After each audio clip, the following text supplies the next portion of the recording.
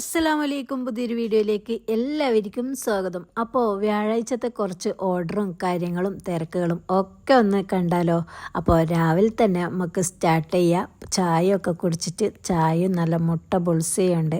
അപ്പോൾ അതൊക്കെ കഴിച്ചിട്ട് തന്നെ ഒന്ന് എനർജി ആയിട്ട് തന്നെ നമുക്ക് സ്റ്റാർട്ട് ചെയ്യാമെന്ന് വിചാരിച്ചു. അപ്പോൾ വീഡിയോ എല്ലാവരും ഒന്ന് ഫുള്ളായിട്ട് കാണാം. അങ്ങനെ ഇതാകുമ്പം ചായയൊക്കെ കുടിച്ചതിന് ശേഷം നേരെ വണ്ടിയിൽ കയറിയിട്ട് അങ്ങ് കറങ്ങാൻ പോകുന്നതെന്നല്ല ഗൈസ്, ചിക്കൻ വാങ്ങാൻ വേണ്ടിയിട്ടാണ് പോകുന്നത്. നേരെ ഷോപ്രിക്സിലേക്കാണ് പോകുന്നത്. അവിടെ എത്തിയിട്ട് നമുക്ക് ചിക്കനൊക്കെ വാങ്ങണം. ഞങ്ങളിതാ ഷോപ്രിക്സിലേക്ക് കയറുമ്പോഴേക്ക് അവിടെ മീനൊക്കെ ഇങ്ങനെ നിരത്തി വെച്ചിട്ടുണ്ട്. പിന്നെ അതിനൊക്കെ ഇങ്ങനെ ഒന്ന് നോക്കി കണ്ട് നല്ല രസമല്ലേ. തിന്നാൻ അങ്ങനെ വേണ്ടെങ്കിലും മീനൊന്നും, പക്ഷെ കാണാൻ നല്ല രസമുണ്ട്. അതൊക്കെ കുറച്ച് സമയം നോക്കി നിന്നു. പിന്നെ ഇതാ എൻ്റെ ചിക്കനൊക്കെ കിട്ടിയിട്ടുണ്ട്. അപ്പോൾ അതൊക്കെ വാങ്ങിയിട്ട് നേരെ ഇനി നമുക്ക് വീട്ടിലേക്ക് വരാം. വീട്ടിലെത്തിയാൽ പിന്നെ പണിയാണ്. വരുന്ന ഒരു വരവൊക്കെ ഇങ്ങനെ കണ്ട് ആസ്വദിച്ച് വരാമെന്നേ ഉള്ളൂ. വീട്ടിലെത്തുമ്പോൾ കാണുന്ന അവസ്ഥയാണ് ഗൈസ് ഇതൊക്കെ. തേങ്ങ ഉരിച്ചിട്ടും ഉടച്ചിട്ടും ഒക്കെ വെച്ചിട്ടുണ്ട്. ഇത് പിന്നെ ഞാൻ കൊണ്ടുവന്ന ചിക്കന് ഉള്ളിയൊക്കെ പകുതി ഉരിഞ്ഞ് വെച്ചിട്ടുണ്ട്, പകുതി ഉലിയാൻ വെച്ചിട്ടുണ്ട്. പിന്നെ അരി പുതിർത്തിയിട്ടുണ്ട്, തേങ്ങ ചിരകിക്കൊണ്ടിരിക്കുന്നുണ്ട്.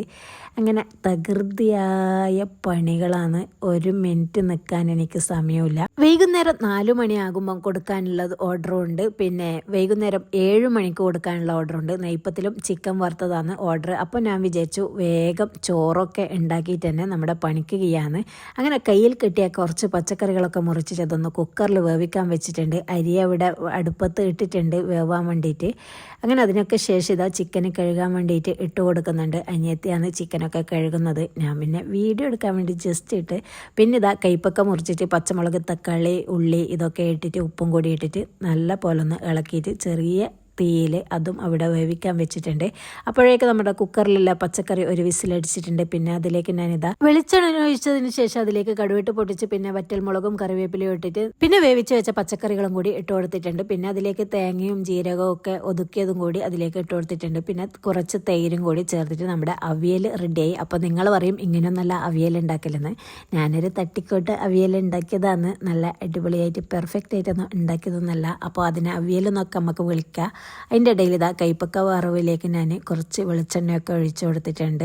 എന്നിട്ട് അത് വീണ്ടും അവിടെ വേവാൻ വേണ്ടി വെച്ചിട്ടുണ്ട്. അപ്പോഴേക്ക് നമ്മുടെ ചോറ് വെന്തിട്ടുണ്ട്. അതൊക്കെ വാർത്തതിന് ശേഷം ഞാൻ കറിക്കും വേണ്ടിയിട്ട് അടുപ്പത്ത് വെച്ചിട്ടുണ്ട്. പരിപ്പ് കറിയാണ് ഉണ്ടാക്കുന്നത്. പരിപ്പും തക്കാളി, പച്ചമുളക് അതൊക്കെ ഇട്ടിട്ട് അവിടെ വേവാൻ വേണ്ടി വെച്ചിട്ടുണ്ട്. കുറച്ച് മുളകിൻ്റെ പൊടിയും കൂടി ഇട്ട് കൊടുത്തിട്ടുണ്ട്. പിന്നെ അതിൻ്റെ ഇടയിൽ ഇതാ നമ്മുടെ കൈപ്പക്ക വറവൊക്കെ സെറ്റ് ആയിട്ടുണ്ട്. അതൊന്ന് മാറ്റി വെച്ചിട്ടുണ്ട്. പിന്നെ ഇതാ പരിപ്പും വെന്തിട്ടുണ്ട്. അതൊന്ന് ഉടച്ച് അതിലേക്ക് ഉപ്പൊക്കെ ചേർത്തിട്ടുണ്ട്.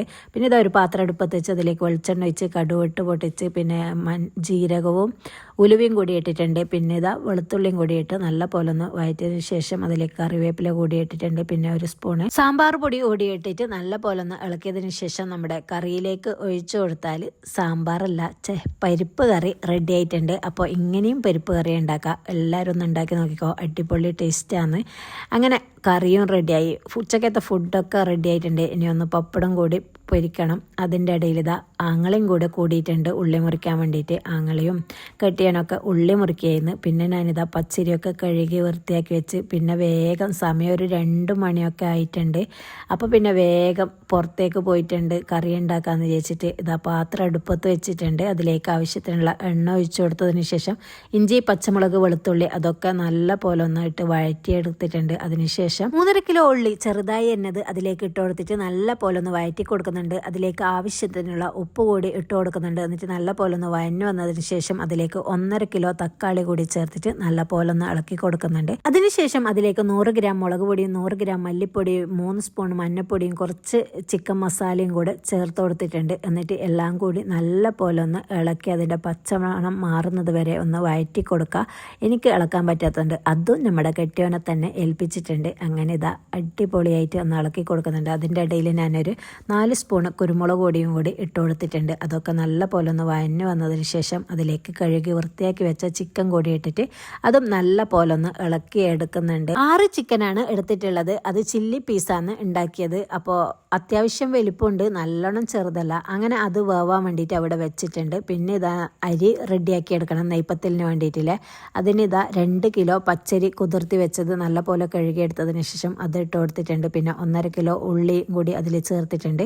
100 ഗ്രാം വലിയ ജീരകം, പിന്നെ ആവശ്യത്തിനുള്ള ഉപ്പ്, 5 തേങ്ങ എല്ലാം കൂടിയിട്ട് നല്ല പോലെ ഒന്ന് കുഴച്ചെടുക്കുന്നുണ്ട്. എന്നിട്ടത് മിക്സിൻ്റെ ജാറിലേക്ക് ഇട്ടിട്ട് പിന്നെ തരിതരിപ്പായിട്ട് അരച്ചെടുക്കണം. നല്ലോണം മതിയാൻ പാടില്ല. അങ്ങനെ എല്ലാം അരച്ചതിന് ശേഷം ഒരു 6 കിലോ അരിപ്പൊടി അതിലേക്ക് ഇട്ടിട്ട് നല്ല പോലെ ഒന്ന് കുഴച്ചെടുക്കുക. പകുതി ഞാൻ കുഴച്ച് ബാക്കി അനിയത്തി സെറ്റാക്കി എടുത്തതാണ്. ഓള് അരിയൊക്കെ സെറ്റാക്കുന്ന സമയം കൊണ്ട് ഞാൻ വീണ്ടും പുറത്തേക്ക് വന്നിട്ടുണ്ട്. നമ്മുടെ ചിക്കൻ കറി എന്തായി നോക്കാൻ വേണ്ടിയിട്ട്. അതൊക്കെ നല്ല പോലെ വെന്തിട്ടുണ്ട്. അതിലേക്ക് 9 തേങ്ങ ചിരകിയതും കൂടി അതിലേക്ക് ഇട്ട് കൊടുത്തിട്ട് നല്ല പോലെ ഒന്ന് ഇളക്കി കൊടുക്കുന്നുണ്ട്. ഉപ്പൊക്കെ ആവശ്യത്തിനുണ്ടോ നോക്കിയിട്ടുണ്ട്. പിന്നെ ഇതാ മല്ലിയിലയും കറിവേപ്പിലയും കുറച്ചധികം തന്നെ ഇട്ട് കൊടുത്തിട്ടുണ്ട്. എന്നിട്ട് വീണ്ടും നല്ല പോലെ ഒന്ന് ഇളക്കി എടുത്തിട്ടുണ്ട്. അങ്ങനെ ചിക്കൻ വറവ് റെഡി ആയിട്ടുണ്ട്. ഇനി നെയ്പ്പത്തിൽ ചുട്ടെടുക്കാനുണ്ട്. അപ്പോൾ അതിൻ്റെ ഇടയിൽ ഇതാ വേറൊരു കസ്റ്റമർക്ക് കൊടുക്കാനുള്ള ഐറ്റംസ് ആണിത്. 200 ഹാഫ് മൂൺ ഉണ്ട്, 200 കായട ഉണ്ട്. അപ്പോൾ വേഗം അതൊന്ന് ബോക്സിലാക്കിയിട്ട് കൊടുത്തേക്കാൻ വേണ്ടി പറഞ്ഞിട്ടുണ്ട് അവർ. അപ്പോൾ വേഗം ഞാൻ 2 ബോക്സ് ആക്കിയിട്ടുണ്ട്. ഒരു ബോക്സിൽ കായട വെച്ചിട്ടുണ്ട്, മറ്റേ ബോക്സിൽ ഹാഫ് മൂണും കൂടി വെച്ചിട്ടുണ്ട്. എന്നിട്ട് അതൊന്ന് വേഗം കൊടുത്തയച്ചിട്ട് നമ്മളെ ബാക്കി പണി സ്റ്റാർട്ട് ചെയ്യാമെന്ന് വിചാരിച്ച് അങ്ങനെ ഇതൊക്കെ പെട്ടിയിലാക്കി കൊടുത്തിട്ടുണ്ട്. പിന്നെ വേഗം ഞങ്ങളിതാ പുറത്തേക്ക് കഴിഞ്ഞിട്ട് എണ്ണയൊക്കെ അടുപ്പത്ത് വെച്ചിട്ടുണ്ട്. 4 മണി ആകുമ്പോൾക്ക് കൊടുത്തേക്കേണ്ടതാണ്. ആദ്യത്തെ ടീമിന് ഒരു 65 പാക്കറ്റ് 4 മണിക്ക് കൊടുത്തേക്കണം. പിന്നെ 60 പാക്കറ്റ് 7 മണിക്കും കൊടുത്തേക്കണം. അപ്പോൾ പിന്നെ ഒന്നും നോക്കിയില്ല, വേഗം നെയ്പ്പത്തിൽ ചുട്ടെടുക്കുകയെന്ന്. നെയ്പ്പത്തിൽ എന്ന് പറഞ്ഞാൽ തീപ്പത്തിലാണ്. എത്ര തീ കത്തിക്കുന്നോ അത്രയും നെയ്പ്പത്തിൽ പെർഫെക്റ്റ് ആയിട്ട് കിട്ടും. അങ്ങനെയാണ്. തീ ഇല്ലെങ്കിൽ നെയ്പ്പത്തലിലും ഹദാ ഹുവാനായിരിക്കും അതിൻ്റെ കാര്യവും. അങ്ങനെ ഇതാ 2 കൂടിയിട്ട് ഒരാൾ പരത്തി കൊടുക്കുന്നുണ്ട്, ഒരാൾ ഇങ്ങനെ ചുട്ട് കോരുന്നുണ്ട്. ഇത് കാണുമ്പോൾ നിങ്ങൾ വിചാരിക്കും പ്രസ്സിൽ പരത്തിക്കൂടെ അല്ലെങ്കിൽ മൂടി വെച്ചിട്ട് പരത്തിക്കൂടെ എന്നൊക്കെ. എനിക്കിഷ്ടം കൈവച്ചിട്ട് ഇതുപോലെ ഇങ്ങനെ പരത്തിയെടുക്കാനാണ്. അതാണ് എനിക്ക് സ്പീഡായിട്ട് തോന്നുന്നത്. ഞാൻ വേഗം പരത്തിയിട്ട് കൊടുത്ത് ഓള് എണ്ണയിൽ നിന്ന് കോരി ഇങ്ങനെ എടുത്ത് പാത്രം നിറയുന്തോറും കൊണ്ടുപോയിട്ട് ഒരു തുണിയിൽ തട്ടി കൊടുക്കുന്നുണ്ട്. എന്നിട്ട് ഇതാ ഞാൻ വീഡിയോക്ക് വേണ്ടിയിട്ട് ഒരുപോലെ ഇങ്ങനെ നിരത്തി വെച്ചിട്ടുണ്ട്. കാണാൻ തന്നെ നല്ല മൊഞ്ചില്ലേ. അങ്ങനെ 3 മണിയൊക്കെ കഴിഞ്ഞിട്ടുണ്ട്. വേഗം ഞാൻ നിരത്തി വെച്ച് ജസ്റ്റ് ഒന്ന് വീഡിയോ ഒക്കെ എടുത്തതിന് ശേഷം ഇതാ പിന്നെ നമ്മുടെ പാക്കിങ്ങിൻ്റെ പുറത്ത് നമ്മുടെ സ്റ്റിക്കർ ഒട്ടിച്ചു കൊടുക്കുകയെന്ന്. അത് വേഗം ഒട്ടിച്ച് കഴിഞ്ഞാൽ പിന്നെ നമുക്ക് പാക്കാക്കി എടുക്കലും വേണ്ടോന്ന് വിചാരിച്ചിട്ട് പിന്നെ ഇതാ 3 നെയ്പ്പത്തിലാണ്. 2 നെയ്പ്പത്തിൽ വെച്ചിട്ട് പിന്നെ കുറച്ച് കറിയും വെച്ച് കൊടുത്ത് പിന്നെ ഒന്നും കൂടി വെച്ചിട്ട് പൊത്തിയതിന് ശേഷം ഒന്ന് പാക്കിലേക്ക് ഇട്ട് കൊടുക്കുന്നത്. അങ്ങനെ വേഗം പാക്കാക്കുന്നുണ്ട്. 2 ടീമിനും 3 നെയ്പ്പത്തിൽ വെച്ചിട്ട് തന്നെയാണ് വേണ്ടത്. പിന്നെ ഒരു സമാധാനം എന്ന് വെച്ചാൽ 2 ടീമിനും 2 ടൈമിലായതുകൊണ്ട് കുറച്ചൊരു ആശ്വാസമുണ്ട്. തലയിട്ട് ഇങ്ങനെ അടിക്കേണ്ട. അല്ലെങ്കിൽ 375 നെയ്പ്പത്തിലും ഒറ്റയടിക്ക് ഉണ്ടാക്കി പാക്കാക്കേണ്ടി വരും. അങ്ങനെ ഇതാ ആദ്യത്തെ 65 പാക്കറ്റ് റെഡി ആയിട്ടുണ്ട്. അസർ ബാങ്കൊക്കെ കഴിഞ്ഞിട്ടുണ്ട്. അപ്പോൾ കസ്റ്റമർ വിളിച്ചിട്ടുണ്ട് സാധനം ആയോ എന്ന് ചോദിച്ചിട്ട്. അപ്പോൾ പിന്നെ വേഗം പട ഇങ്ങനെ ബോക്സിലാക്കിയിട്ട് വേഗം അതൊന്ന് ഒട്ടിച്ചു കൊടുത്തിട്ട് കെട്ടിയോനും പിന്നെ അനിയത്തിയുടെ മോനെയും കൂടെ അയച്ചിട്ടുണ്ട് അത് കൊണ്ടു കൊടുക്കാൻ വേണ്ടിയിട്ട്. പിന്നെ നമുക്ക് റെസ്റ്റ് ഒന്നുമില്ല, ബാക്കി നെയ്പ്പത്തിൽ ചുട്ടെടുക്കണം. കറി പിന്നെ ഒരുമിച്ചാക്കിയോണ്ട് അതിൻ്റെ പ്രശ്നമില്ല. അങ്ങനെ ഇതാ നമ്മൾ 5 മണിക്ക് വീണ്ടും നെയ്പ്പത്തിൽ ചൂടാൻ വേണ്ടി സ്റ്റാർട്ട് ആയിട്ടുണ്ട്. 7 മണി ആകുമ്പോഴേക്ക് നമ്മുടെ നെയ്പ്പത്തിലൊക്കെ ചുട്ട് കഴിഞ്ഞിട്ടുണ്ട്. പിന്നെ ഇതാ ഞാൻ അതൊക്കെ ഒന്ന് അടുക്കി പറക്കി എടുത്തിട്ട് മൂടിയിൽ വെച്ചിട്ട് ഇങ്ങനെ വീഡിയോ എടുത്ത് കളിക്കുക ചെയ്യുന്നത്. അനിയത്തി പിന്നെ സ്റ്റിക്കറൊക്കെ ഒട്ടിച്ചു കൊടുക്കുന്ന ഓരോ കവറിൻ്റെ പുറത്തും. പിന്നെ അതൊക്കെ കഴിഞ്ഞതിന് ശേഷം ഇതാ കറി ഞാൻ എടുത്തിട്ട് വീണ്ടും ഇതേപോലെ ചെയ്തെടുക്കുന്നുണ്ട്. 2 നെയ്പ്പത്തിലും പിന്നെ ചിക്കൻ വറവ് ഇട്ട് കൊടുക്കുക, പിന്നെ നെയ്പ്പത്തിൽ വെച്ചിട്ട് അങ്ങനെ ഇതാ ഓരോ കവറിലും റെഡിയാക്കി എടുക്കുന്നുണ്ട്. ഞാനൊക്കെ പാക്കാക്കുമ്പോൾ കെട്ടിയും വന്നിട്ട് അതൊക്കെ റബ്ബർ ഇടാൻ വേണ്ടി കൂടുന്നുണ്ട്. മോളും കൂടിയിട്ടുണ്ടായിന്. അങ്ങനെ എല്ലാവരും കൂടിയിട്ട് അൽഹംദുലില്ലാ മാഷാ അല്ലാഹ് നമ്മളെ ഓർഡറൊക്കെ ഭംഗിയായിട്ട് ചെയ്ത് തീർക്കാൻ വേണ്ടി പറ്റുന്നുണ്ട്. അപ്പോൾ എന്നും പറയുന്നത് പോലെ എൻ്റെ വീഡിയോ ആദ്യമായി കാണുന്നവരാണെങ്കിൽ ലൈക്ക് ചെയ്യുക, ഷെയർ ചെയ്യുക, സബ്സ്ക്രൈബ് ചെയ്യുക. മിനിയാന്നത്തെ വീഡിയോയിൽ ഒരു കമൻറ്റ് വന്നിട്ടുണ്ടായിന് കായട തേങ്ങയിലാണോ ലാഭം അതോ മുട്ടയിലാണോ ലാഭം എന്ന് വെച്ചിട്ട്. അങ്ങനെ ചോദിച്ചാൽ എനിക്ക് പറയാൻ അറിയില്ല. കാരണം എന്ന് വെച്ചാൽ നമ്മുടെ ഇവിടെ ലാഭം നോക്കിയിട്ടല്ല ഉണ്ടാക്കുന്നത്, ആൾക്കാരുടെ ഇഷ്ടം നോക്കിയിട്ടാണ് ഉണ്ടാക്കുന്നത്. അതെങ്ങനെ വെച്ചാൽ നമ്മളെ ഇവിടെ മുട്ടൻ്റെ പണ്ടത്തിലെ ഉണ്ടാക്കുന്നത് എല്ലാവർക്കും ഇഷ്ടപ്പെടും. തേങ്ങൻ്റെയിൽ അങ്ങനെ ആർക്കും ഇഷ്ടാവില്ല. ഓരോ നാട്ടിലും ഓരോ രീതിയിലല്ല ഉണ്ടാക്കൽ. ഇവിടെ മുട്ടയിൽ ഇട്ടിട്ടാണ് എല്ലാവരും ഉണ്ടാക്കൽ.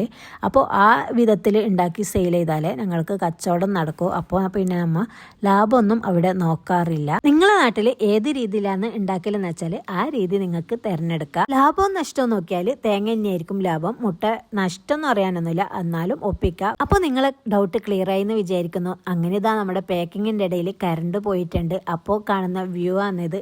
കാണുമ്പോൾ ഒരു മൊഞ്ച് തോന്നി. അപ്പോൾ പിന്നെ ഞാൻ ജസ്റ്റ് ഇങ്ങനെ വീഡിയോ എടുത്തതാണ് കറണ്ട് പോയപ്പോൾ. അങ്ങനെ പാക്കിംഗ് ഒക്കെ കഴിയുമ്പോൾ ഉണ്ട് ആങ്ങളുടെ മക്കൾ വരുന്നു. അപ്പോൾ അവർക്കും ജ്യൂസാക്കി കൊടുത്ത് നെയ്പ്പത്തിലും ചിക്കൻ വറവൊക്കെ അവർക്കും കൊടുത്ത് അവരവിടെ ഇരുന്നിട്ട് ഇങ്ങനെ കഴിച്ച് ആ കഴിക്കുന്നതിൻ്റെ ഇടയിൽ ഇതാ ഞാൻ ഇതൊക്കെ ഒന്ന് ബോക്സിലാക്കിയിട്ട് കൊടുത്തയക്കുന്നുണ്ട്. അപ്പോൾ നമ്മുടെ കസ്റ്റമർ വിളിച്ചുകൊണ്ടിരിക്കുന്നുണ്ട്. അപ്പോൾ എനിക്ക് വേഗം ഒന്ന് കൊടുത്ത് വിടണം. മഗ്രിബ് കഴിഞ്ഞിട്ടുണ്ട്, എഷ കഴിഞ്ഞിട്ടാണ് മൗലൂദിൻ്റെ ചീരണി കൊടുക്കലെന്ന് പറഞ്ഞ് മൗലൂദൊക്കെ ചൊല്ലിയിട്ട്. അപ്പോൾ പിന്നെ വേഗം ഒന്ന് പാക്കാക്കിയിട്ട് കൊണ്ടു കൊടുക്കുക. അപ്പോൾ പിന്നെ പ്രത്യേക ഒരു കാര്യം പറയാനുള്ളത്, ഈ മാസം ലാസ്റ്റ് വരെ ഇനി ഓരോ ഓർഡറും സ്വീകരിക്കില്ല. അടുത്ത മാസം 1 മുതലേ ഇനി സ്റ്റാർട്ട് ചെയ്യും. കാരണം എന്ന് വെച്ചാൽ 30-31 നല്ല ഓർഡർ ഉണ്ട്. പിന്നെ അതിന് മുന്നേയുള്ള ദിവസങ്ങളിൽ നബിദിനം കാര്യങ്ങൾ ഒക്കെ ആയതുകൊണ്ട് ഒരു ഓർഡറും എടുക്കാൻ വേണ്ടി പറ്റൂല. അപ്പോൾ എല്ലാവരും സഹകരിക്കുമല്ലോ. അങ്ങനെ ഇതാ നമ്മുടെ പാക്കിംഗ് ഒക്കെ കഴിഞ്ഞിട്ടുണ്ട്. ഇനി ഡെലിവറി ചെയ്യാൻ പോയി ഇന്ന്. അപ്പോൾ പുതിയ വിശേഷങ്ങളുമായി വീണ്ടും വരുന്നത് വരേക്കും ബൈ.